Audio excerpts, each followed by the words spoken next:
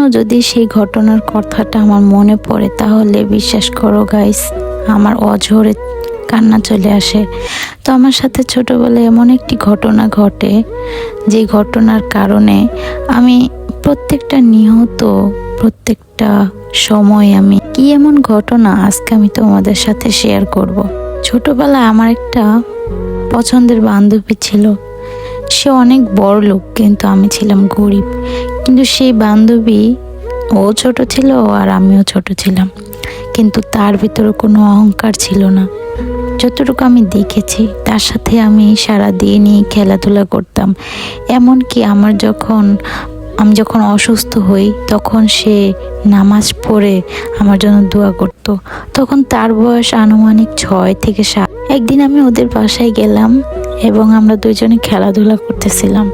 ঠিক এমন সময় তার বাবা অনেক অনেক আমানে, তাদের ফ্যামিলি হচ্ছে বড় ফ্যামিলি, যার কারণে অনেক বেশি আমানে।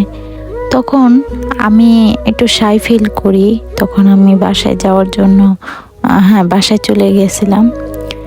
তারপরে যখন আমি ওকে খেলার জন্য ডাকতেছিলাম, আয়সা দেখি ও খাচ্ছিল।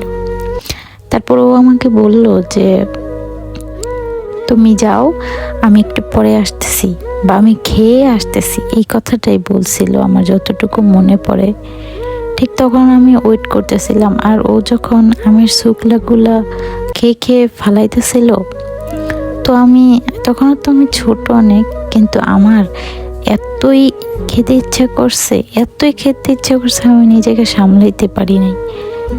আমি যেটা করি গাইস, আমি ওই শুকলাগুলা ময়লাতেই ফালাইছিল, ওখান থেকে মানে তেমন ময়লা না, মানে দরজার সামনে যেরকম পানি থাকে না, তখন একটি বৃষ্টি বাদলের দিন, তো পানি ছিল, তো আমি ওখান থেকে আর কি টুকায় আমি ওটাকে পরিষ্কার করে খাইছিলাম। আমার এতই মজা লাগছিল, বিশ্বাস করো গাইস, আজ পর্যন্ত যত আম খাইছি আলহামদুলিল্লাহ, এখন তো প্রচুর আম আনে, বাট খাওয়া হয়, কিন্তু আমি ওই টেস্টটা বিশ্বাস করো আমি আর কখনোই পাইনি।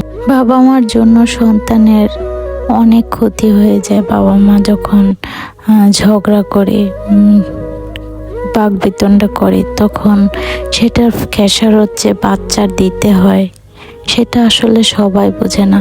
আমরা যারা মধ্যবিত্ত ফ্যামিলিতে বিলং করি, আমরাই বুঝতে পারি যে সংসার আসলে কি। মধ্যবিত্তরা পারে না বড় লোকদের মতো ভাব নিয়ে চলতে, আর তারা পারে না একদম গরিবদের মতো চলতে। সেই আমের টেস্ট এখন আমি খুঁজেই বেড়াই, কারণ সেই আমের টেস্টটা আমি কখনোই খুঁজে পাইনি। বিশ্বাস করো, এত আম খাইছি, কিন্তু আফসোস সেই আমের টেস্ট আমি পাইনি। তো হ্যালো এভরিওয়ান, আমি আজকে কি করতে যাচ্ছি তোমরা তো বুঝতেই পারছো, যে আমার চুল অনেক পড়তেছিল, আমি কি করব বুঝতে পারছিলাম না। তো আমি চিন্তা করলাম যে ঘরে অনেক আমলকি ছিল, যার জন্য হচ্ছে কি আমি আজকে ভাবলাম আমলকির তেল বানাবো। তারপর আমি ফার্স্টে আমলকিগুলো কুচি কুচি করে নিয়েছি, তারপরে হচ্ছে কি আমি এখানে বেলি ফুলটা দিয়ে দিলাম প্যারাশুটের। তোমরা কিন্তু অর্গানিক বা তোমরা প্যারাশুটও দিতে পারো। তো এখানে যখন হালকা গরম হয়ে যাবে তেলটা, তখন ছেড়ে দিতে হবে যে আমলকি অনেকে ব্লেন্ডার করে, কিন্তু ব্লেন্ডার করলে হচ্ছে গিয়ে সেটা পুড়ে যায়, আর হচ্ছে তার গুণাগুণ নষ্ট হয়ে যায়। তো এইভাবে ফেনা ফেনা হবে। তো আমরা বেশিক্ষণ জাল দিব না, আমরা জাল দিব হচ্ছে গিয়ে 10 মিনিটের মতো জাল দিব। আমি ভয়েস ওভার দিচ্ছি প্রায় 1 সপ্তাহ পরে, এই ভিডিওটা করার পরে, কারণ আমি এত অলস কি বলবো গাইস। তো আমি কিন্তু এটা বেনিফিট অলরেডি পেয়ে যাচ্ছি, অনেক ভালো। আমি কিন্তু ফ্রিজে রাইখা দিছি, তো আমি কিন্তু আবার ট্রাই করব। তো তোমরা ওটা ট্রাই করতে পারো। আমরা ভালো জিনিস ছড়িয়ে দিই, মানে ভালো ভালো জিনিস, ভালো ভালো কাজ। যেন এখন ইদানিং আমি খেয়াল করতেছি যে সবারই চুল পড়তেছে, তবে চুল পড়লে তো পচা দেখা যায়, তাই না বলো? এর জন্য আমি এই জিনিসটা আর কি করলাম গুগল থেকে ঘাটাঘাটি করে। তো নেক্সট আমি হচ্ছে গিয়ে পেঁয়াজের রসের যে তেলটা, ওইটাও আমি ট্রাই করব, দেখি কেমন হয়।